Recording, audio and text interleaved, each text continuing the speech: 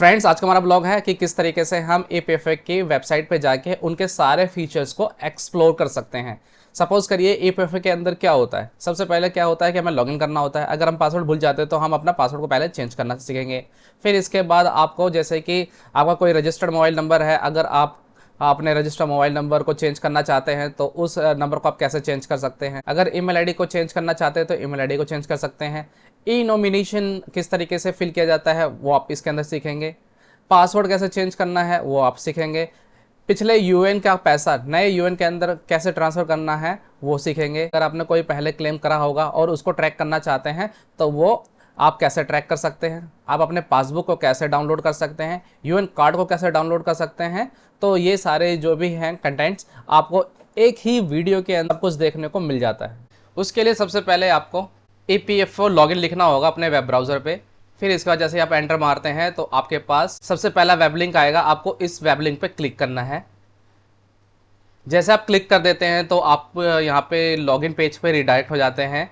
यहाँ पे आपको यूएन, पासवर्ड और कैप्चा फिल करना है। जैसे आप ये तीनों कॉम्बिनेशंस फिल कर देते हैं तो आपको साइन इन बटन पे क्लिक करना है। फिर इसके बाद आपके पास ओटीपी फिल करने का ऑप्शन आएगा। आपके रजिस्टर मोबाइल नंबर पे, जो ईपीएफओ के अंदर रजिस्टर मोबाइल नंबर है, उस पे एक ओटीपी आएगा। ओटीपी और कैप्चा फिल कर देते हैं। फिर आपको सबमिट बटन पे क्लिक करना है। फिर आप यहाँ पे होम स्क्रीन पे आ जाते हैं। जैसे आपको अपना मोबाइल नंबर चेंज करना है और ईमेल आईडी चेंज करना है, उसके लिए आपको मैनेज पे जाना है। फिर कॉन्टैक्ट डिटेल्स में जाना है।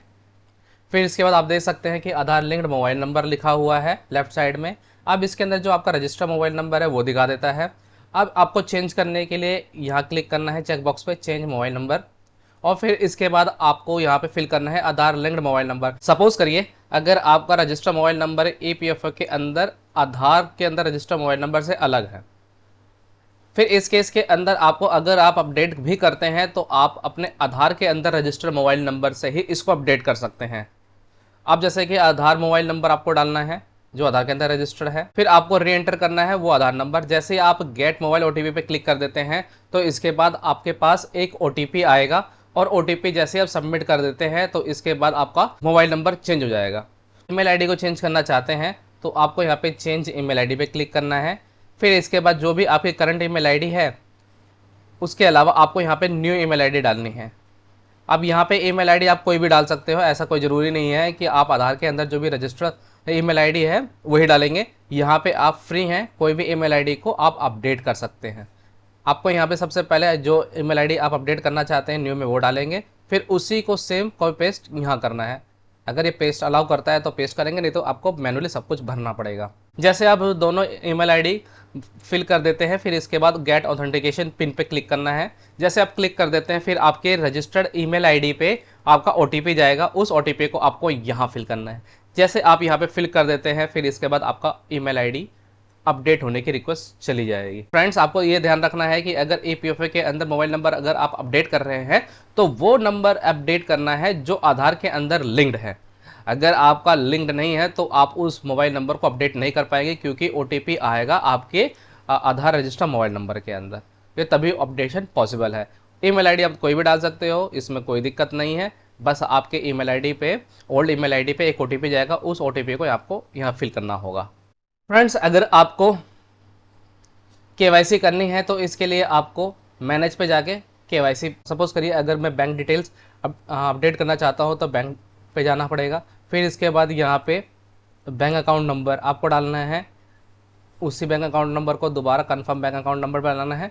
फिर आईएफएससी कोड जो होता है वो आपको फिल करना है। आईएफएससी कोड वो होता है जो आपके बैंक पासबुक पे प्रिंट होगा। अगर आपके पास बैंक पासबुक नहीं है तो आप अगर ई स्टेटमेंट निकलवाएंगे तो वहाँ पे भी आईएफएससी कोड लिखा होता है, तो वो आपको फिल करना है। पैन पे क्लिक करना है।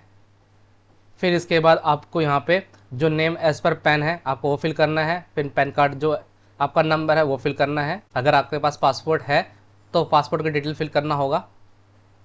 यहाँ पे आपका जो पासपोर्ट में नाम है वो, पासपोर्ट का नंबर और वो कब तक वैलिड है वो डिटेल डालनी है। फिर इसके बाद आपको चेक बॉक्स पर क्लिक करना है। फिर फाइनली आपको सेव बटन पर क्लिक करना है।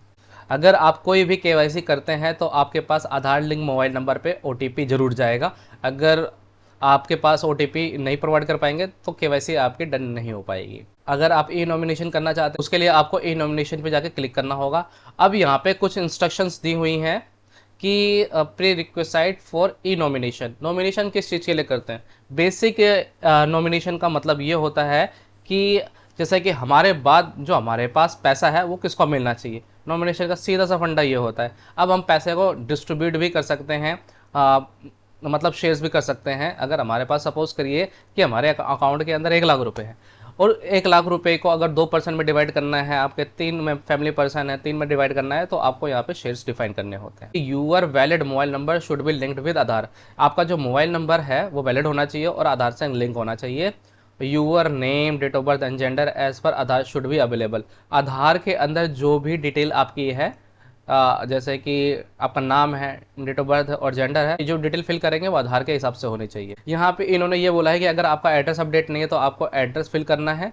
अगर आपका फ़ोटो अपलोड नहीं है तो आपको फ़ोटो अपलोड करना है। अब तो ई नॉमिनेशन के अंदर जिसका आप ई नॉमिनेशन कर रहे हैं उसका फ़ोटो भी अपलोड करने के लिए बोलता है। फ्रेंड्स, अगर आपको पासवर्ड चेंज करना है तो अगर आप लॉगिन करने के टाइम पे अगर पासवर्ड को चेंज करना चाहते हैं तो आपको अकाउंट में जाने के बाद फिर चेंज पासवर्ड पे क्लिक करना है। आपको पहले ओल्ड पासवर्ड डालना है, फिर न्यू के अंदर न्यू डालना है, कंफर्म न्यू पासवर्ड। जो आपने न्यू पासवर्ड बनाया है सेम टू सेम वही पासवर्ड नीचे आपको लिखना है। फिर इसके बाद आपको चेकबॉक्स पे क्लिक करना है कि I hereby consent to provide, यानी मैं अपना कंसेंट देता हूँ।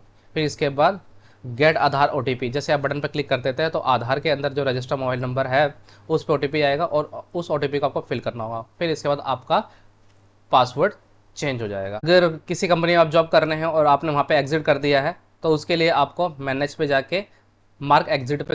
फ्रेंड्स, यहाँ पे आप देख सकते हैं कि जैसे हमने डेट ऑफ एग्जिट के लिए अपने कंपनी को सेलेक्ट किया तो इन्होंने कहा है कि date of exit can only be updated after 2 months of last contribution made by the employer. मतलब आपका जो एम्प्लॉयर ने कंट्रीब्यूशन दिया होगा, सपोज करिए कि अगर आपने 1 जनवरी को कंपनी छोड़ी थी और आपका 1 जनवरी को आपके एम्प्लॉयर ने PF के अंदर एम्प्लॉयर का शेयर क्रेडिट करा था आपके अकाउंट के अंदर, तो 1 जनवरी के बाद फिर आपको 2 महीने का गैप होगा। फिर इसके बाद डेट ऑफ एग्जिट आप EPFA के अंदर फिल कर सकते हैं, चाहे ये आपकी कंपनी का HR करे या फिर आप खुद करें।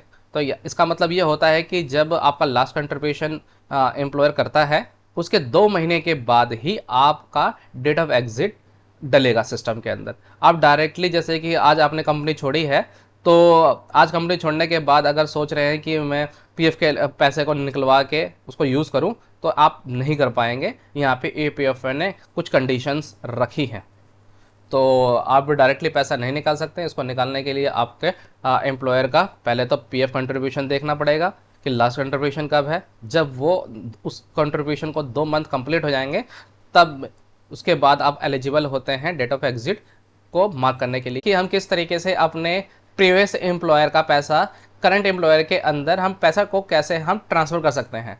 सपोज़ करिए कि अगर आप पहले किसी कंपनी में काम करते थे और इसके अंदर PF डेबिट होता था और उस कंपनी को आप छोड़ चुके हैं और किसी नई कंपनी के अंदर आप जॉब कर रहे हैं और इसके अंदर भी आपका पैसा डेबिट होता है, तो अब आप अगर सोच रहे हैं कि आपका 2 मेंबर ID बनी हुई है, उस कंपनी का भी एक अलग है और करंट कंपनी का भी एक अलग है। अगर आप चाहते हैं कि प्रीवियस वाले कंपनी का पैसा अलग अलग शो ना हो के आपको एक ही कंपनी के अंदर पैसा शो हो, तो आप इस प्रोसेस को कैसे कर सकते हैं। उसके लिए सबसे पहले आपको ऑनलाइन सर्विसेज में जाना है।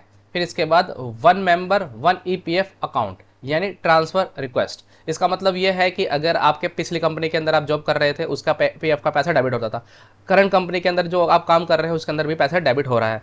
अब इसके अंदर क्या होता है कि प्रीवियस कंपनी के पैसे को अगर आप न्यू कंपनी वाले अकाउंट के अंदर ट्रांसफ़र करना चाहते हैं तो बड़े ईजिली कर सकते हैं। आपको ऑनलाइन सर्विसेज के अंदर आके 1 मेंबर 1 EPF अकाउंट के अंदर आपको क्लिक करना।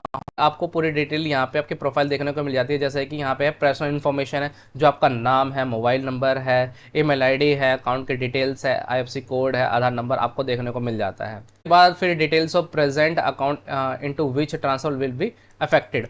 इसका मतलब ये है जो अभी जिस करंट कंपनी के अंदर आप काम कर रहे हैं, अगर आप प्रीवियस कंपनी से पैसा ट्रांसफ़र करना चाहते हैं तो इस कंपनी के अंदर आपका पैसा आएगा जो आपकी करंट कंपनी है। फ्रेंड्स, मैं जैसे कि मेरे पास अभी कोई प्रीवियस कंपनी की डिटेल नहीं है, लेकिन मोटा मोटा इसके अंदर यह है कि अगर आप प्रीवियस एम्प्लॉयर को सेलेक्ट करते हैं तो कंपनी का यहाँ पे मेंबर ID आ जाता है। अगर मेंबर ID नहीं भी है तो आपको मेंबर ID पहले प्रीवियस एम्प्लॉयर की डालनी होगी, फिर आपको गेट डिटेल्स पे क्लिक करना होगा। अगर आपके पास मेंबर आईडी नहीं मिल रही है तो आपको यहाँ पे गेट एमआईडी पे क्लिक करना होगा। जैसे आप गेट एमआईडी पे क्लिक कर देते हैं तो कौन सा स्टेट है, सपोज करिए कि मैं दिल्ली के अंदर हूँ, दिल्ली कर दूंगा। किस ऑफिस के अंदर है, यहाँ पे 3 शो हो रहा है, जैसे कि एक दिल्ली साउथ, दिल्ली नॉर्थ, लक्ष्मी नगर। सपोज करिए कि साउथ में सेलेक्ट कर लिया, फिर मेंबर आईडी आपको कंपनी की डालनी होगी, enter extension, enter account number. फिर डालने के बाद फिर आपको गेट एमआईडी पे क्लिक करना होगा। जैसे डिटेल फैच हो जाती है आपको गेट डिटेल्स पे क्लिक करना है। फिर इसके बाद आपके आधार रजिस्टर मोबाइल नंबर पे ओटीपी आएगा, उसको सबमिट करना है। तो जैसे ही आप ओटीपी डन हो जाता है, ओटीपी सक्सेसफुल हो जाता है फिल करने के बाद, तो आपका जो पैसा प्रीवियस कंपनी में पड़ा था, एम्प्लॉयर में पड़ा था, उस कंपनी का पैसा आपका नए कंपनी के अंदर ट्रांसफर हो जाएगा। फ्रेंड्स, इसका सिर्फ यही फायदा होता है कि आपके पास 2 अकाउंट नहीं होते हैं। अगर आपको एक अकाउंट रखना है, एक यूएन रखना है, तो प्रीवियस कंपनी के अंदर जो भी पैसा पड़ा हुआ है आपका नई कंपनी के अंदर आ जाता है, और एक ही अकाउंट के अंदर सारा शो होता है, तो आपको दिखता भी है कि हाँ भाई ज़्यादा पैसा है। तो फ्रेंड्स, इस तरीके से आप इजीली ट्रांसफ़र कर सकते हैं, इसमें कोई इशू नहीं होता है। फ्रेंड्स, आपको यूएन कार्ड डाउनलोड करने के लिए व्यू पे जाके यूएन कार्ड पर क्लिक करना है। आप देख सकते हैं आपका यूएन कार्ड डाउनलोड हो चुका है। इसके अंदर आपका यूएन नंबर लिखा होगा, आपका नाम, आपके फादर का नाम, केवाईसी हो रखी है, यस या नो, ये आपको दिख जाता है। इसका बैक साइड का पेज भी आपको देखने को मिल जाता है। फ्रेंड, अगर आप पासबुक को डाउनलोड करना चाहते हैं तो व्यू में जाके पासबुक पर क्लिक करना है। फिर आपका यहाँ पे डिटेल दिखा देता है कि एम्प्लॉय शेयर कितना है, एम्प्लॉयर शेयर कितना है। एम्प्लॉय मतलब आपके अकाउंट से कितना डेबिट होकर यहाँ पे कंट्रीब्यूशन है आपका, एम्प्लॉयर यानी कंपनी के अकाउंट से कितना डेबिट होकर आपको मिला है, यह आपको देखने को मिल जाता है। आपने कितनी कंपनियों में काम किया है, अगर उसकी हिस्ट्री देखना चाहते हैं तो व्यू पे जाके सर्विस हिस्ट्री पे क्लिक करना है। तो यहाँ पे आपके नंबर ऑफ़ कंपनीज़ की लिस्ट आ जाएगी जो अभी करंटली आपने काम किया होगा। अगर आपको क्लेम रेस करना है तो यहाँ पे क्लेम पे क्लिक करना होगा। यहाँ पे फॉर्म 31, 19, 10C एंड 10D एक ही साथ है, आपको यहाँ पे क्लिक करना है।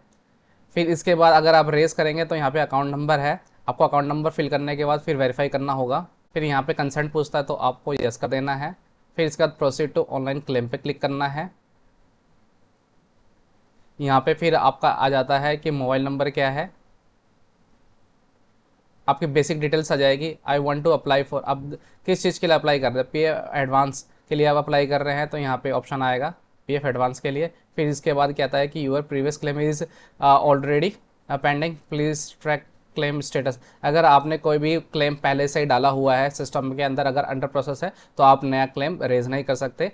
तो आपको सिर्फ ये बोलता है कि आप अपने क्लेम का स्टेटस चेक कर लीजिए। अगर आप जैसे आप यहाँ पे क्लेम रेज कर देते हैं, फिर इसके बाद आपको स्टेटस भी पता करना होगा, तो आपको यहाँ पे क्लेम क्लिक मी पे क्लिक करना है। फिर इसके बाद आप ये देख सकते हैं कि आपका क्लेम अंडर प्रोसेस है। मैं वीडियो के अंदर लिंक दे दूंगा डिस्क्रिप्शन में, आप वहाँ से जाकर देख सकते हैं कि किस तरीके से हम अपने क्लेम को रेज कर सकते हैं।